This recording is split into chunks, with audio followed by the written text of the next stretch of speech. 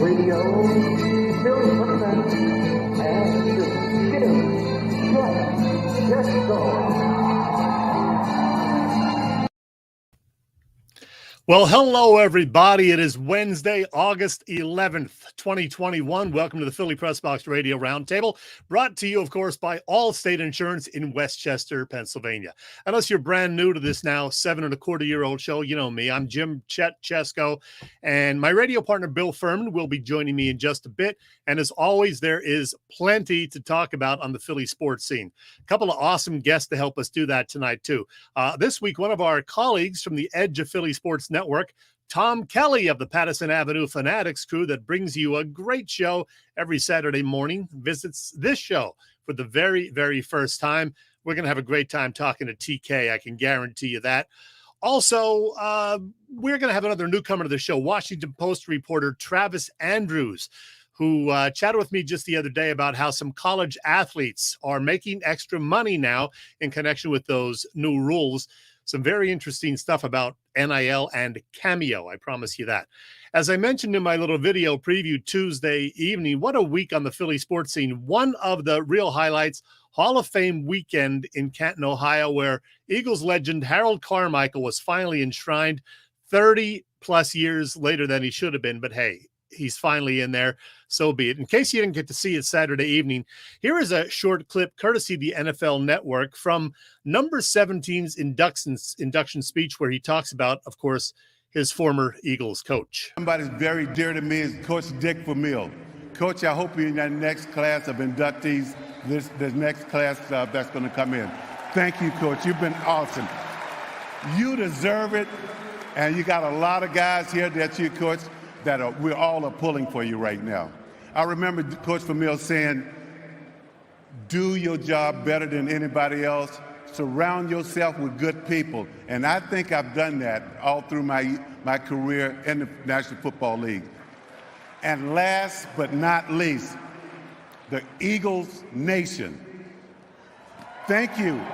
Thank you for welcoming a 22-year-old kid from Jacksonville, Florida, and really accepting me as being one of your own. Thank you for the support.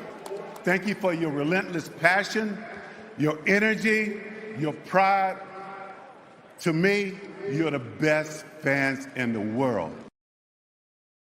Got to be honest, I was pretty mad at myself for not being there in Canton for that. I should have made plans and been there. Shame on me. The 2020 and 2021 Hall of Fame classes were enshrined.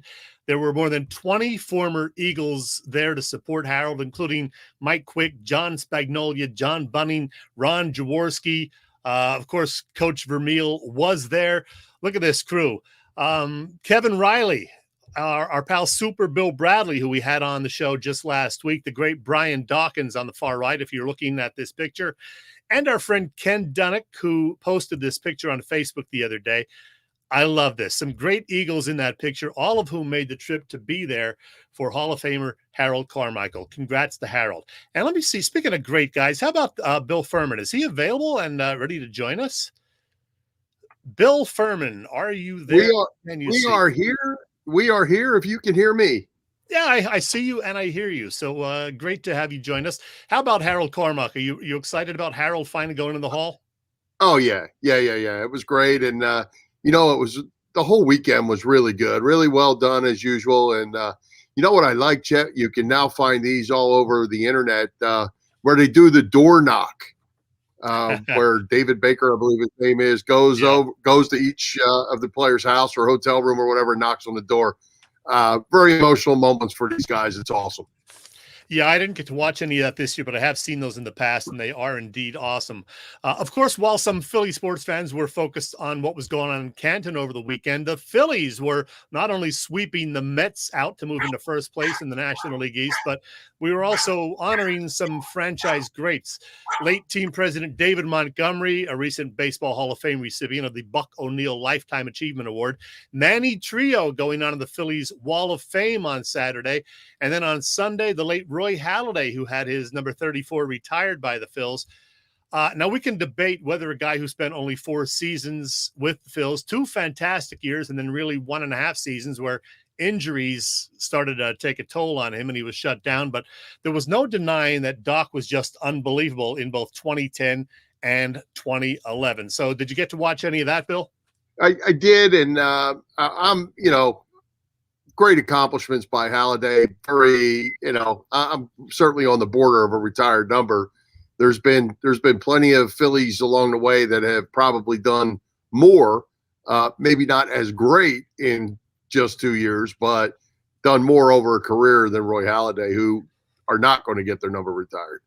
Yeah. And by the way, kudos to the Phillies, who always do amazing jobs with these ceremonies. Dan Baker on the mic, several former Phils in the house for the ceremonies. And if you missed it, here is a clip of Roy Halladay, the video that was shown at the ballpark and then streamed elsewhere on Sunday. This is pretty cool. He is dealing tonight, folks. He has stunned one Marlins hitter after another.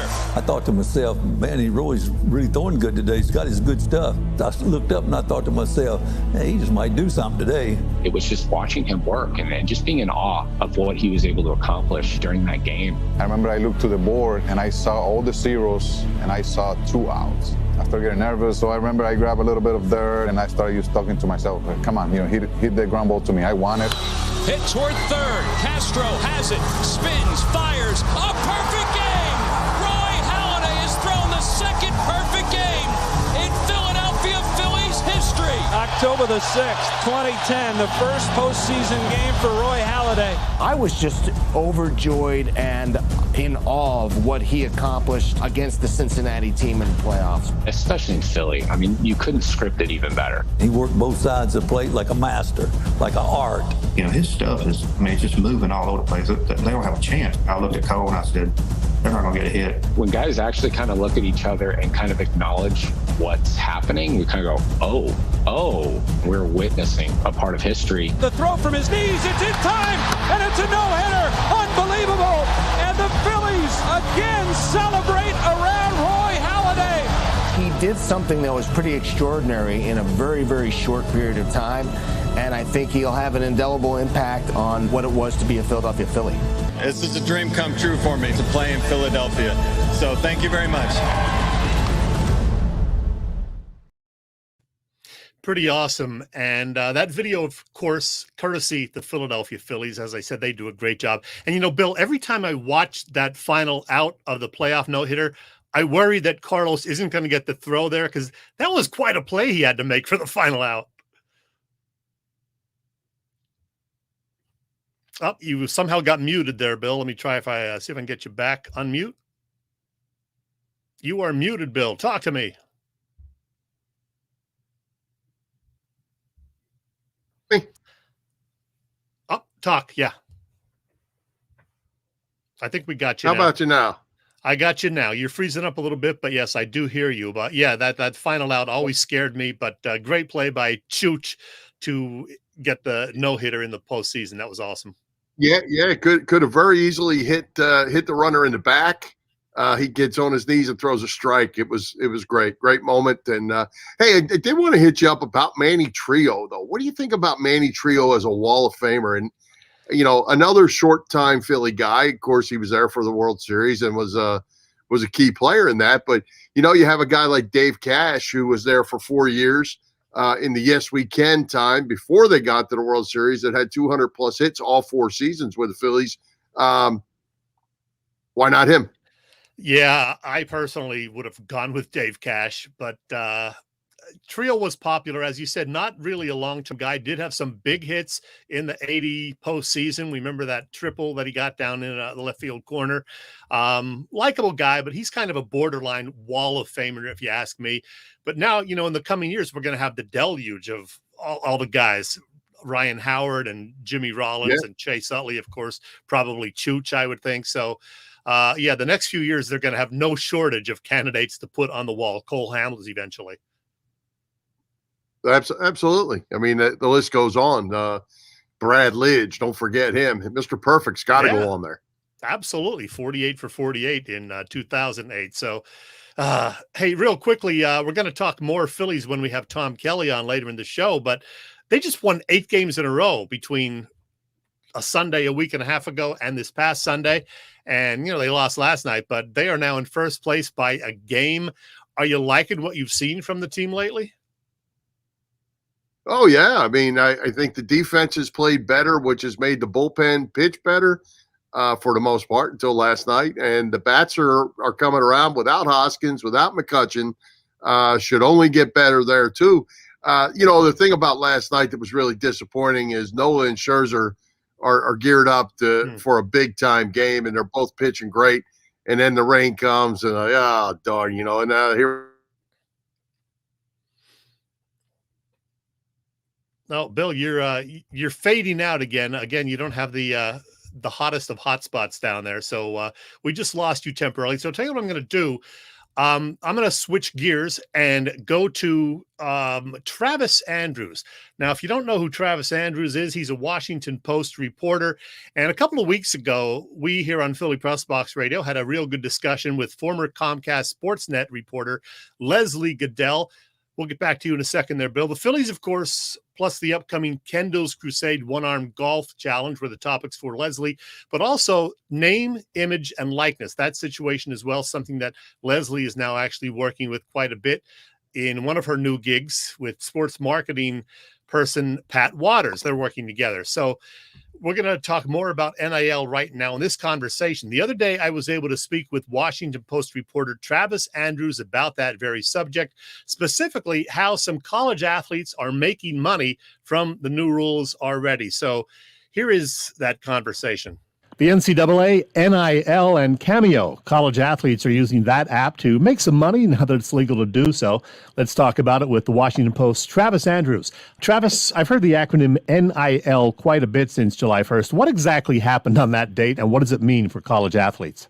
So NIL stands for name, image, and likeness. And basically boiling down, what happened was athletes, collegiate athletes were not allowed to make any money off their name, image, or likeness. So imagine an athlete on the cover of a video game or their jersey or something like that. They wouldn't be able to make any money off that. And the rules changed in July, where now they can make money off of all that. A lot of athletes have been pushing for this for decades. A very big deal for a lot of them who now feel like that they have a chance to earn some of the money that they're earning their university. Some football and basketball stars have inked some nice endorsement deals, but the great majority of college athletes aren't getting those opportunities. So, as you point out in your story, several hundred of them have been turning to Cameo. For anyone not familiar, what is Cameo and how can athletes or other people profit from that? Absolutely. So Cameo is basically the social media platform where you or I or whomever can pay celebrities of all stripes to make a personalized video. There's a lot of folks on there. A lot of members of the show The Office are on there. So if you wanted Kevin from The Office to tell your, buddy happy birthday, you could pay him a certain amount of money and he'd make a little short video doing that. And so as soon as the rules passed, it made a lot of sense for these college athletes to, particularly the ones who can't get sponsorships, to go to Cameo. They can set their own prices, and if anyone wants them to make a video, they can, and they make most of that money with Cameo taking 25%. Retired well-known athletes like Drew Brees, Ric Flair, Gary Payton, Brett Favre, etc., charge several $100s for a Cameo video, even more in the case of Caitlyn Jenner. What do college athletes typically charge for doing these short videos? So it's still new, and it's a range right now from about $5 to $177. That's the highest at the moment. But these, since I started working on the story, that changed several times. So I think part of it is they're figuring out what people are willing to pay to make these, and also I suppose how much time they're willing to get. Floyd Mayweather, I find this pretty amusing, charges $15,000 for a video. So you can tell Floyd Mayweather, he'll make a video, but he probably doesn't really want to unless it's worth it for him. So I think a lot of the college athletes are kind of figuring out that balance. Tell me about Sedona Prince from the University of Oregon. Absolutely. So Sedona Prince is a basketball player at the University of Oregon, and she became pretty well known for a couple reasons, one of them being the fact that she is part of a lawsuit about the NIL rules before they changed. She also became pretty well known during March Madness for highlighting the difference between the men and the women's locker rooms and weight rooms on her social media. And on social media, she's on TikTok, she's on Instagram, Twitter, and she has several million followers there. So for her, Cameo kind of was the next step. She was already making all these videos. She was already popular on social media, and now she's making money off of it. And she charges, I believe right now, it's $63 per video, but again, that could change tomorrow. Who knows? And she does all kinds of pretty fun videos. She is someone's maid of honor in one, which she's kind of still figuring out what that means. She has to make a video saying that she's the maid of honor. She helped another one of her fans come out to her friends and family by making a video for the woman to post on Instagram to let everyone know that she's bisexual. So she's kind of doing some more personal videos and kind of having some fun with it. In addition to making a little money, can doing these Cameo videos or similar things help college kids in other ways? Yeah, so one thing that I spoke with several athletes, and one aspect of this whole thing that I hadn't thought of that several of them mentioned was, a lot of these kids are very aware that they're probably not going to go pro. Most people aren't.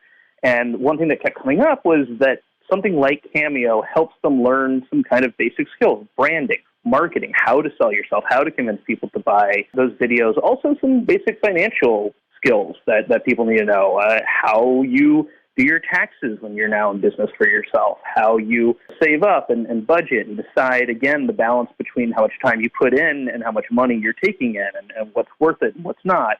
So it sounds like there's a lot of practical skills that can be learned through doing this as well. You mentioned some of the unusual requests, like some of the things Sedona did. What are the most common requests being made of college athletes on Cameo? A lot of birthday wishes, as you might expect. One really nice one that kept coming up was a lot of coaches of Little League teams will get, an athlete to give a little pep talk to the kids before they go out and, play a big game. So I thought that was really nice. But then there's like some fun ones you might expect from like college football fans. This one fella tried to get Bijan Robinson of the University of Texas to sing Boomer Sooner, the Oklahoma fight song. And, you make the request, so Bijan had to make the decision, like, I'm taking this money, do I sing the song, or what do I do here? In the end, he played with it and made a video for the guy. He wouldn't sing it, but he was like, I saw what you tried to do there, and he did a little hook 'em horns. Yeah, I love that. That's a great little story you put in there. On a little bit of an off-topic question, the name, image, likeness situation overall, is it a good thing, or might we see some potential problems as we move forward? I don't think it's my place to say if it's good or bad. I know that there are certainly critics of it. One thing that critics say, there's kind of a couple criticisms people make. Some say, well, these athletes are already getting athletic scholarships, so isn't that a form of payment? People who are for the NIL rules will say, sure, to some degree, but that's not nearly enough proportional to what they're often pulling into the school. Another criticism of them is that a lot of these athletes, in a couple of years when they're not in college and they're not pro, won't really be able to make much money off their name, image, and likeness. So is it kind of getting them comfortable with something that will later kind of come back to bite them because maybe they're not learning some other practical skills that they should? So there's certainly a lot of debate surrounding it on all sides. I can say that, unsurprisingly, every athlete I spoke with is certainly thrilled about the new rules. Not a surprise. The Washington Post's Travis Andrews. Thanks for doing this, Travis. Thanks so much for having me. I appreciate it.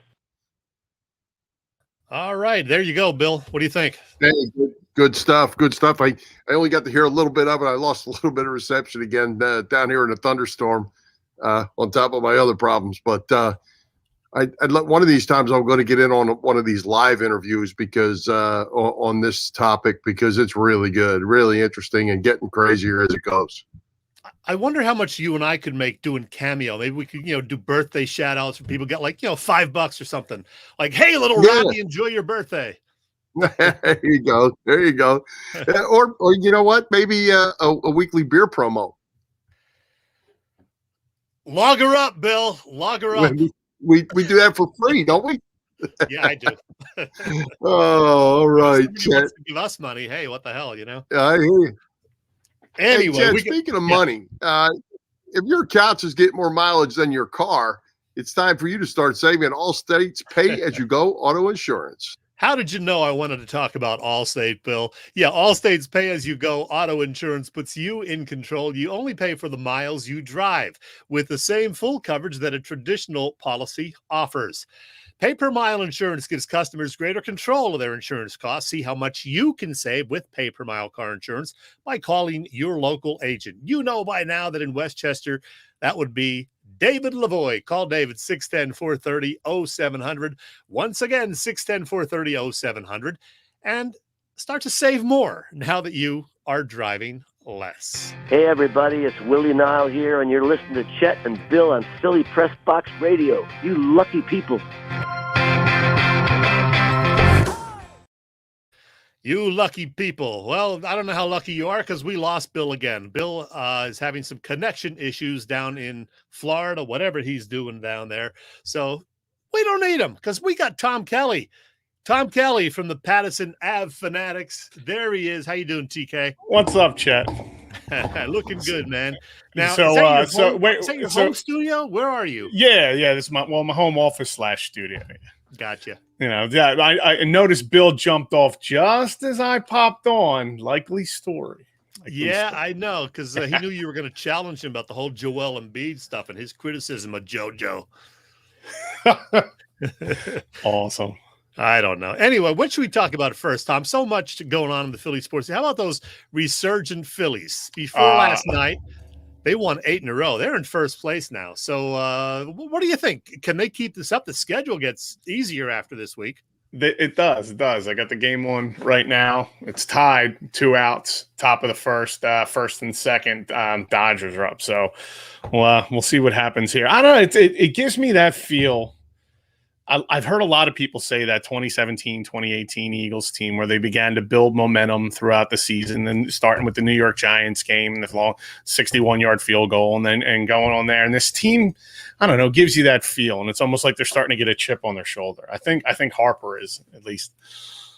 Yeah, I mean, he has suddenly put himself into the MVP talk. I don't know if it's, going to be able to continue the way he's been the last 3 weeks, but that would be nice. And of course, the pitcher, Zach Wheeler, is in the Cy Young talk. In fact, he's the favorite according to some people. So nice to see him as the number 1 guy coming through like that. Aaron Nola, who used to be the number 1 guy, is now number 2, sort of. He's been a little shaky. He looked great last night until the rain came, but he's been just too inconsistent this year. That's my concern about Aaron Nola. Agreed. So, of course, last night the rain comes and it's I don't know, apropos for, our area, our teams that we cheer for, but his inconsistency is one of my biggest concerns, because if you're making any kind of playoff push, I mean, you're going to need Nola to be on top of his game. I like what they did with the lineup tonight with Hoskins out on the IL, the former DL. Us old guys have to get used to saying IL. Hoskins on the IL, and they have Bohm over at first base and Torreyes, I guess, playing third, which makes sense defensively. So I think that's been one of the keys to this recent hot streak. They've been playing better defense, and now we got Freddie Galvis back as a fill, and he should be able to join the team in the next few days, hopefully. And McCutchen back in left field is a plus also, because he was on fire before he got hurt. So it's good to have McCutchen back in the lineup, and it's good to have Freddie Galvis waiting in the wings to play short or third or second as needed. I was excited when I heard they got Galvis back. Not over the moon excited like right. Freddie Burns seemed to be, or whatever. We had a little fun back and forth on the EOP group chat, but no, I'm excited. It definitely give you a little spark for sure. Just trying to keep an eye on what's going on here. It's second and third now as well, so giving you real time updates here. But I'm excited in the direction that this team is heading, because a month and a half ago, we weren't quite feeling this way. So it's nice, even depending on what happens tonight. But right now you're sitting in first place, and it's August, so I can't complain. Yeah, let me see if I can find those standings right here again. I think the Phillies are 1 game up going into tonight, which is great, of course. The Braves playing the Reds, which is a tough team. And here we go. The Phillies up by a game. The Mets 2 games back. The Mets, of course, have been kind of in free fall of late. winning just 2 of their last 10. I don't know what happened in the suspended game for the Mets today, but I'm not too worried about the Mets, especially with their injury problems. The Braves are the team that I'm more worried about because they have a lot of talent despite their injuries, but they got a tougher schedule than the Phillies. The Phillies, as we said, have a lot of sub 500 teams on the schedule after this week. They do. They really could make a push here. Late August into September, and then who knows? Maybe the leaves are falling, and it's red October, and anything's possible from there. Yeah. What is your biggest concern? Is it the starting pitching? Is it the bullpen still?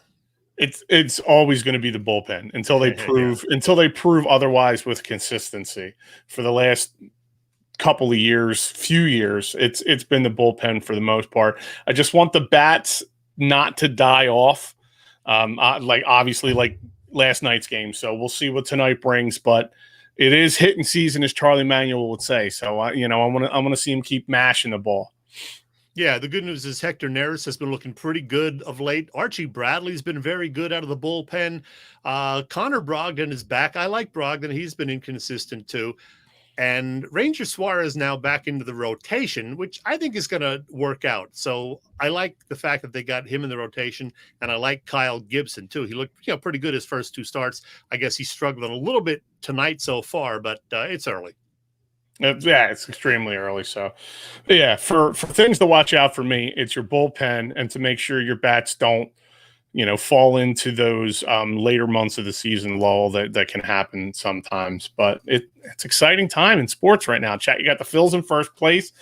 There's always the Ben Simmons talk, and then the Birds training camp. There's all kinds of stuff going on there. So even the Flyers made some moves in the offseason. So this is that time of year you get that football itch, and baseball's doing well. So I'm hoping Philly sports fans have a lot to cheer about come October, November. Well, you mentioned the polarizing Ben Simmons. He's still a Sixer. Why is he still a Sixer, Tom? I don't think teams are offering anywhere near what the Sixers are expecting. That's kind of, the feeling that you get out there. Will he be here at the start of next season? I don't think so. If they can make a move or a 3-way trade, get yourself a Dame Lillard. Because at this point, that's how the city gets one-track mind when there's someone out there that they want, and they'll bring up the most ridiculous trade scenarios in order to fit that narrative. But I think they have enough pieces. I wouldn't like to see Maxey go, but if I'm getting Dame Lillard in a package, a Simmons and a Maxey, and then maybe a 1 or a 1 and 2 ones, I don't know what they want, but it's quite evident that at least here he's not going to make any more progress. So I don't know. I can't say for sure why he's still here, but my gut tells me it's because the Sixers' asking price might seem too high to other teams. Agreed. And I also agree that they just cannot bring him back because the fans will not be happy. And even if he does go somewhere else and succeed and start hitting, 15-footers on a nightly basis, fine. It's just not going to work here, as you said. What do you think about the other moves that the Sixers made over the last few weeks? Andre Drummond's a Sixer now. They got that other dude. They drafted a few players, Springer, and I like this team right now, assuming, they get something good in return for Ben Simmons. Right. I like that they re-signed Danny Green. I do feel like he gave you some energy for sure. I like Andre Drummond coming here because Ben needs a backup. He's injury prone. I feel like Drummond's a step up from where we were last year. Me personally, I like some of their offseason moves. I'm waiting to see what the big one's going to be. Yeah, exactly. And I don't know when it's going to be. I thought it might happen draft night. It didn't, but it's going to happen before the season. It has to. Let's shift gears, talk a little Eagles. Preseason opener tomorrow night. We're not overly excited about a preseason opener, but there's certainly a lot to watch out for and learn about over the next 3 weeks when the Eagles play these preseason games. What are you going to be watching for? First preseason game, I always look for offensive line. We know that offense as a whole plays catch up to the defense this time of year. Defense is usually coming out of the gate, light years ahead of the offense. So I'm interested to see offensive line. I really want to see Jordan Mailata because I've been hearing a lot in camp, and you can only see the clips on Facebook and on the news. So I'm really interested to see what he can do. I'm interested to see Andre Dillard, maybe in the second or third or fourth quarter and see what his issues might be. But I always, especially the first game, I look for rookies and I look for in the trenches, usually O-line and D-line. What is your level of confidence in Jalen Hurts that he's going to be a good second-year quarterback? I am not. I usually think with my heart, but since they won the Super Bowl, I've thought more with my head. Okay. Since they won the Super Bowl, I've lost all animosity towards Cowboys fans. I think much more logically than I did prior to the Super Bowl, and I don't. I bet with my heart or go with my heart, and even though you shouldn't anyway as much. But I'm always trying to be optimistic, especially about a quarterback. But it's a new quarterback, it's a new coach, new system. So are they going to give him more leeway to run? I don't know. Bill said he lost the signal again in the storm, so he turned it over to us. But yeah, so do I think he can do the job? Hopefully, but I don't know. We got such a small sample size, and now it's a totally different system. What's this about losing all animosity toward Cowboys fans? What's going on there? So I was the typical 700 level, you're an idiot, you don't know nothing, fan for a long time. And I wore it proudly, and I don't deny it. But after the Eagles won the Super Bowl, I lost all kind of that tenseness. And it comes now. Tomorrow's the first preseason game, first game of the season, first time you play your division rivals. I get that, it builds up a little bit, but I don't know. It's like I got smarter after they won the Super Bowl, or I'm getting older, Chet, and I just don't have that fire to start crap with strangers that I used to. Yeah, I've never done that, to start and crap with strangers, but in jest, friendly, yes. Booing and whatnot. I just never got the whole Dallas Cowboys fans from this area who have no otherwise connection to Dallas or somebody on the team. Never got that, and I never will. Right. Yeah. Same. Oh, well. Devontae Smith, he should be okay in the next week or so. And are you excited about seeing him? Because I sure am. I mean, all the talk about him and winning the Heisman Trophy, reteaming with Jalen Hurts. I can't wait to see him. He's going to be the number one receiver right out of the gate. Draft nights are always one of my favorite nights of the year. And we did the first night in the studio at EOP. Guys are high-fiving, cheering, texting with everybody after the pick's made. And, it gave you something to look forward to, and hopefully we don't run into a JJ Arcega-Whiteside issue or, some of the other not so stellar first-round picks in Eagles lore. But I'm really excited to watch him and Hurts together. There is that connection there. So hopefully it can translate into the NFL. Now, I'm not down there at practice, of course, but they say that the best wide receiver over the first week of camp has been Quez Watkins. Maybe he's got something there. I would love to see him develop right away. All these young, there are no old receivers. They're all young. So yeah. It's a young receiving core. So one of two things, you have the potential for one of two things. Could be an epic failure, or it could be incredibly awesome to watch these young kids running around toasting everybody. So it's a waiting game right now, and we're not really going to be able to glom anything from the next three, because there's only 3 preseason games now. Right. We're not going to be able to really pull anything away from this. And if the Eagles are smart, they're not going to give you anything to pull away from. I think we were all a little bit concerned after the first news conference with the new head coach, Nick Sirianni, but I got to tell you, he's been growing on me every single time out there that he speaks or, says something we hear from him. But I'm starting to like this guy. Same. So he and I are exactly one day apart. I was born June 12th. He was born June 11th.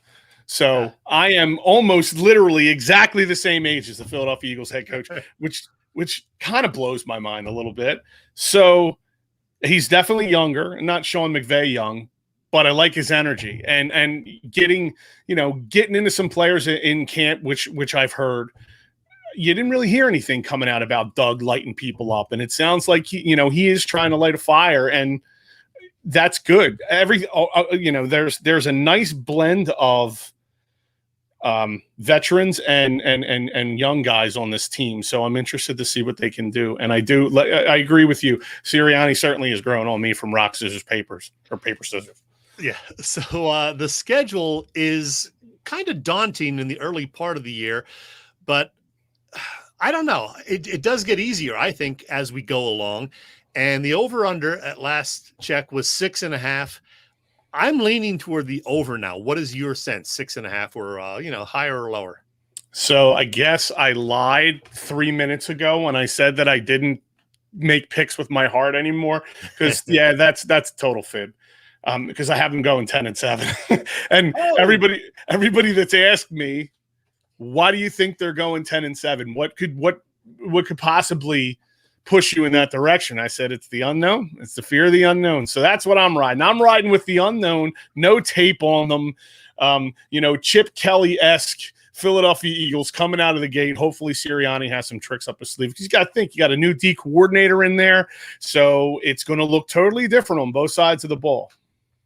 So I'm probably going to lay a little money on the over. And I did that with the Phillies this year. It was 80.5, and I'm looking pretty good for that right now, especially with the schedule getting easier for them. So I think I'm going to get a little money there, and maybe with the Eagles too. I'm going to say at this point 8-9 or 9-8. I'm not ready to go 10 wins, but either way, that's more than 6.5. Yes, sir, it is. And we're a lot closer than we probably were at the beginning of the rock, paper, scissors era. Yeah, I mean the NFC East is just still not great. I mean, we saw how bad it was last year. It's wide open. Any of those four teams could win it if things break right. So I'm not saying they're going to win the division, but I think they're going to be there in December for sure. Yeah, the Cowboys are young on the defensive side of the ball. The Giants have definitely improved quite a bit since last season on paper. And the Washington football team wasn't atrocious last year. So overall, I feel the division is improved with, an asterisk next to the Philadelphia Eagles because I don't know what they're going to be yet. Hey, we were talking earlier, Bill and I briefly before he cut out for the first time about Roy Halladay. Just got his number retired, number 34. Great pitcher, of course, during his career, but he only played 4 seasons with the Phillies. He had 2 amazing years, won a Cy Young, threw a perfect game, a postseason no-hitter. But really, over his 3rd and 4th year, he pitched 1.5 years. Not great. He had the injury problems. He had apparently some personal demons at the same time. I don't mean to be a bad guy, but I don't think they should have retired his number, even though he is a Hall of Famer and they typically do retire Hall of Fame numbers. But because he only had 2 great years with the Phillies, I didn't think his number should have been retired. Am I wrong? It's a really good question because usually at least the way I think about it, I associate a number retiring with tenure on a team, a guy to have, that number 4, 6, 7, 8, 9, 10 seasons, what have you. So maybe not. It's a good question. I would still say, retire his number, but it's a good question to think about. Yeah, it could go either way, but if I had to make a choice, I'd say no. Sorry, Roy, but that's just me. What is going on with your crew at the Pattison Ave Phanatics these days, Tom? So we are Saturday mornings, 9 a.m. On the Edge of Philly Sports Network. We are going to hopefully have one of our hosts back in studio this Saturday. Joey has been a little under the weather. We've been thinking about him and stuff like that. So depending on how a doctor's appointment goes at the end of this week, we'll see. I know he's missed a few weeks here, and we're thinking about him, but we'll be definitely be talking training camp, definitely be talking Phils. We'll see what happens. I don't think anything's going to happen on the Sixers front that's, going to in the next couple of days, but you never know. Hey, I don't know if I told the story on the air. I may have once, but I can't remember. Tell people how you and I met in 2018. So 2018, I'll give you the start of the Pattison Ave Phanatics, which kind of coincides with how you and I met. So we started our show at my dining room table downstairs, and the week before the Super Bowl. So we started the show. I came up with the name of the Pattison Ave Phanatics 20 years ago, walking to the game from FDR Park, walking to the probably the vet at the time. But I looked up the Pattison Ave Phanatics on. I was like, yeah, we're Pattison Ave Phanatics. And it stuck with me. And that's how that name came up. So we started our show. I reached out to John Crichton, who's now at Last Out Media, and said, hey, we have a podcast, because it said to reach out to him. So I'm reaching out to him. And he was like, okay, well, send me some of your stuff. And I did. He called us. We went in there and we hit it off. So we joined Wildfire Radio. So I had this grand marketing scheme that I was going to get 5,000 business cards made up and head down to, I guess I can name drop, 97.5 the Phanatics Fan Fest. And we did. So we were in a line. Was it the spin wheel line? I don't know if it was the spin wheel line or the line just to get in, but it was some line at Fan Fest. Yeah, I think we were inside already, but I turned around and I said, hey, man, you listen to Sports Talk. My name's Tom Kelly. I have my own show on Wildfire Radio. And he said, hey, Tom Kelly, I'm Jim Chesko, and I have a show on Wildfire Radio. And I was like, oh, my God. I was like, I've watched your show. So I may have had a couple of pops before entering Fan Fest. I'm sure I did. There is an update. I did hand out all 5,000 business cards, so I'm sure the guys cleaning up after Fan Fest seeing a lot of my face. Yeah, and I'll be back there again this year because I think we're going to do it again too. So it should be fun. Yeah, looking forward to it. Well, before we say goodbye, Tom, with first-time guests, I play a little game sometimes, a little thing called Fast Five. I put our guest, our first-time visitor, our virgin into the hot seat. So you ready for that? Fire away. Here we go. Let's do it. Number one, Tom Kelly, which pro Philly sports team will be the next to win a championship? Sixers. Wow, that was easy. I agree with you. I think it's going to happen in the next 2 years for the Sixers. Number two, other than the Phils title in 2008 and the Eagles Super Bowl, well, of course, give me a favorite Philadelphia sports memory of yours from the past 20 years. The first Flyers game I ever went to, it was against Pittsburgh, and my mother took me. And I guess some rowdy Pittsburgh fan thought he was going to get away with cursing in front of us, and it did not work out so well for this Pittsburgh fan. He got popcorn dumped on his head, and that's Mama Kelly for you. Way to go, Mama Kelly. Well, speaking of the Flyers, number three, as a Flyers fan, who was your all-time favorite Flyer? Jeremy Roenick. Really? Yeah, he was fun to watch. He was he was my overall all-time favorite hockey player. And if I had to say, a Flyer with more tenure than him, I'd go Rod Brind'Amour. But Roenick was my favorite hockey player of all time. Yeah, Brind'Amour is one of my favorites also. And, of course, because I'm really old, I go back to, the Clark and Barber and Leach guys. So they were all great. And, of course, Bernie. Everybody loves Bernie Perrant. In high school, I would have half of my shirt untucked, and I would get yelled at by the priests. And they would say, what are you doing? And I would say, Rod Brind'Amour, man. Come on. There you go. Number four, I know you're a Bruce Springsteen fan. Is Bruce the artist you've seen most often in concert? If so, how many times? If not, who is it? 100% yes. I've seen Bruce 58 times in concert. Whoa!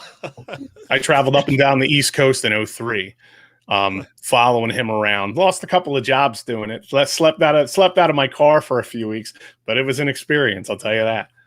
11 for me, so okay. I'm just no comparison. That's how many times I've seen Buffett, Billy Joel, and Dave Matthews. They're all 11 for me. All right, all good ones. Speaking of music, we are both good friends with drummer David Wasikinen. What's the best song by the Hooters?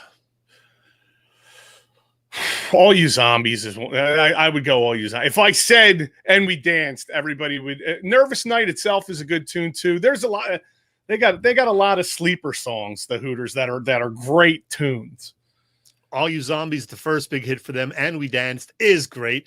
And another one of my favorites, the vastly underrated I'm Alive. Yes, another good tune. I can't wait. I pre-ordered Dave's Philly special vinyl. I can't wait. Yeah, I saw the track list. Great stuff from David Wasikinen, and his In the Pocket is great. I've seen them a couple of times, and boy, they put on a terrific show. He's awesome. I was texting with him, and we're going to try and get him on the show to kind of coincide with the release of the album when it officially comes out. Yep. In the final 10 seconds, a bonus question: name 3 of your all-time favorite sports movies. Rudy. Oh. I know. He was offsides. Hey, I got a cameo from him. Ooh, so okay. Sports movies, I probably go Rudy the Natural and Blue Chips. Not bad. Hey, speaking of sports movies, one of my favorites is Field of Dreams. I know it's a little bit sappy, but tomorrow night they're playing that Field of Dreams baseball game in Iowa, which looks like it's going to be very cool. I think I have a picture of the field down here, and yeah, there it is, right next to where the field from the movie was. They built this makeshift major league stadium with more bleachers and everything, and the players are going to apparently walk through that path in the cornfield to get to the stadium, as are fans. So that's how they're going to get into the stadium. So that is going to be real cool. It's going to be on Fox tomorrow evening. I'm going to definitely set the DVR while I'm watching the Eagles game. I'm going to have this going on the DVR because that looks really cool. Chet, doesn't have that the the hockey, the outdoor, the Winter Classic field? Doesn't it have a Winter Classic field to it? It does. So they're doing this for now as a one-off, but if it goes well, they will probably make it a yearly thing. And of course they will, if it's going to, work out great and make some money for people. Why not? I'd watch the game for a few innings, just, on principle. Yeah, absolutely. All right. Anything else we should plug or talk about, Tom? We just the Pattison Ave Phanatics, 9 a.m. EOP for all your sports needs. And yeah, that's pretty much it. Sounds good. Hey, this was a lot of fun, and we're going to have you back again one of these days. Maybe Bill will even hang out and join us. That's okay. I guess I'll just recycle all this Embiid notes that I have for some other Save time. it for next time for sure. Thanks for having me. I appreciate it. All right, take care. See you, Chet. The great Tom Kelly from Pattison Ave Phanatics. Bill normally does this, but he's not here, so I'm going to give you a shout out to all the shows at the EOP network. Now, if I can find the overlay so you don't have to look at me while I do it, I will do that. Edge of Philly Sports Network crew. There they are. A whole bunch of us. Bill and me on the left. Tom Kelly is not in this one because he has his own separate one with the Pattison Ave crew. I'll put that up again. But this episode is being streamed live across Facebook, Twitter, YouTube, and on Twitch now, too. You can also catch all the action on www.eopsports.com. So please help us all. Subscribe, follow, like buttons. You know the deal. Share with your friends and family. I think we on our YouTube channel are up to about 93 subscribers. That's not enough. We should be at 100 or 200 by now, for God's sake. So help us out. Subscribe to Philly Pressbox Radio on YouTube. In addition to this great show, though, there is the Broad Street Bully podcast. New releases every Monday with Drew, Jeff, and Doyle talking Flyers hockey during the season, at least. Some amazing guests on there. Lax Philly, Kevin and Gary do that with a lot of content. They are hopefully going to have some new live shows very soon. We'll keep you posted. Tonight, every Wednesday, Edge of Philly Sports Live, Joe, Freddie, and Big Al covering 4 for 4 and so much more. Bird's IQ, Kyle and Eric Quinn returning soon with a live show every Monday during the Eagles season at 7 p.m. Maybe they'll even be there this coming Monday because the preseason is kicking off. And as we just discussed with Big Tom, we got the Pattison Ave Phanatics crew every Saturday morning at 9 a.m. Yeah, wake up with TK and the guys and get your Philly sports talk on.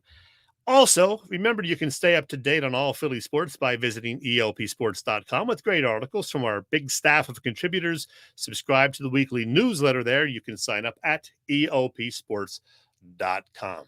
There you go. So that's the story for all of that. Now, we have another good show next week. We had Tom Kelly tonight, who was terrific. We knew he would be. Travis Andrews from the Washington Post with some very interesting stuff about NIL and Cameo. Next week on Philly Pressbox Radio, we're not done, by the way. We got some more things to discuss. But next week, well, Bill Furman helped arrange this, and this is something cool. It's something very different also. I'm guessing you're going to enjoy it. We are going to talk to the parent of a Major League ball player. To be specific, we are going to talk to the mother of one Connor Brogdon. That is her on the right next to her son Connor and husband Mike on the left. Stephanie Brogdon. We will find out just how closely she watches the Phillies, what her anxiety level is when Connor gets called in from the bullpen, and a whole lot more with her. You know, what it's like to be a baseball mom, a Major League Baseball mom. That's going to be fun. And then our second guest, well, it is a guy who happens to have a new album coming out next week. You know him. You love him. He does our little breaker during every week's show. The great Willie Nile. That is Willie on the right. I don't know who the guy on the left is, but that is the cover of his new album on the left. The Day the Earth Stood Still, Willie Nile here next week. I'm pretty excited about that. I know I've turned Bill Furman into a Willie Nile fan as well. All right, a couple of other odds and ends before we wrap up. Another tough week in terms of losses.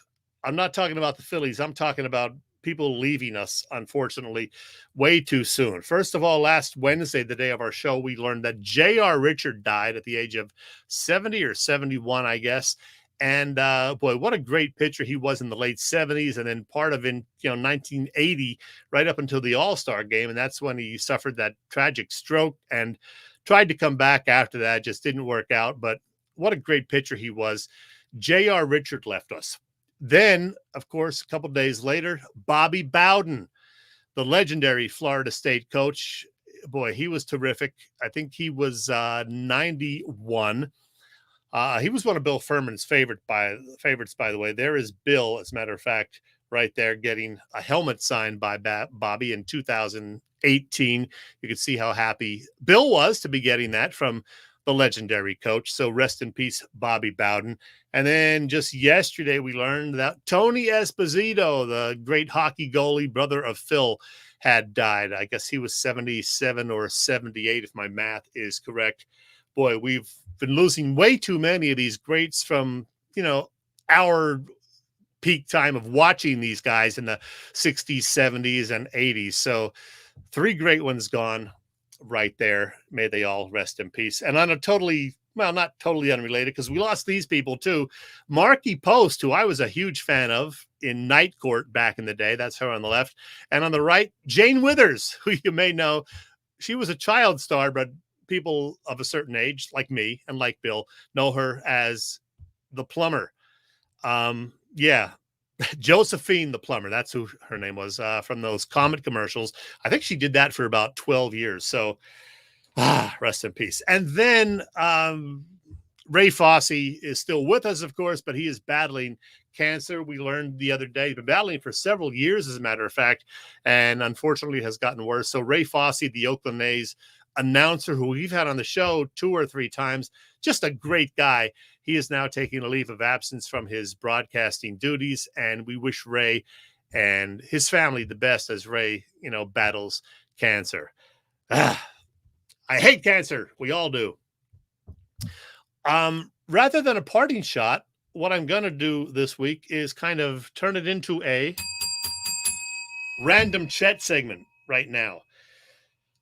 Thursday, August 12th, kids. It happens to be the 30th anniversary of the release of one of the greatest rock albums ever made. It's this one. Not much to look at. It's just a black album with the songs listed on the back. It is the Metallica album, the Black Album, as we got to know it. Not much to look at, as I said, but so many great songs on there. Sad But True, Nothing Else Matters, The Unforgiven, and the lead track, Enter Sandman. Love that Metallica album. August 12th is also National Vinyl Record Day. You know how I love music. You know how I loved collecting vinyl back in the day. I was a huge buyer of vinyl, especially in the 70s and early 80s. But the very first vinyl LP that I bought, or I don't know if I bought it or was given it as a gift. I was like 10 years old. This one from a little group called the Beatles, who you may remember. Yeah, the Magical Mystery Tour album. This kid acquired this album somehow, I think it was 1968. It was a 1967 release. I wore it out, as they say, had to end up getting a second copy, but that is the very first album that was mine. So you never forget your first, you know that. Happy National Vinyl Record Day. Let's see what else. Mike Richards. Hey, Mike Richards, the former Flyer, the new host of Jeopardy. Wait a second, my phone's ringing here. Oh, no, wrong Mike Richards. Not Mike Richards from the Flyers. Mike Richards, the former executive producer of Jeopardy, is going to be the new host of Jeopardy, along with Mayim Bialik, who we know from Blossom and later The Big Bang Theory. She's going to do some hosting duties as well for some primetime things that they're doing, other spin-offs, whatever. There's going to be another college version of Jeopardy, apparently, that she is going to host. So we finally now know who will be replacing Alex Trebek on a more permanent basis. It'll be Mike Richards, not the former Flyer, and Mayim Bialik. All right, that's it. I'm hungry. Let's wrap it up. We have reached the top of the hour. We'd like to thank our special guests, Tom Kelly and Travis Andrews, plus Bill Furman for making at least a brief appearance on the show this week from down in a hot Florida, but with a not-so-hot hotspot.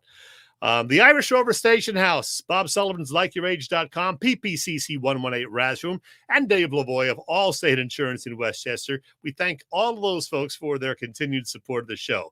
For Bill Furman, this is Chet, Jim Chesko, and we hope you enjoyed the show, and we'll join Philly Pressbox Radio again next week, August 18th, when we're going to have Connor Brogdon's mom, Stephanie, plus the great Willie Nile on a show. You know where to find us by now. PhillyPressboxRadio.com, BlogTalkRadio.com, Philly Pressbox Radio. And find us also on Apple Podcasts, Stitcher, Bullhorn, Spotify. I think we're still on TuneIn also. And on YouTube. You can watch us live on YouTube or on Facebook. High hopes, Philadelphia sports fans, and go Phils. Happy trails to you till we meet again.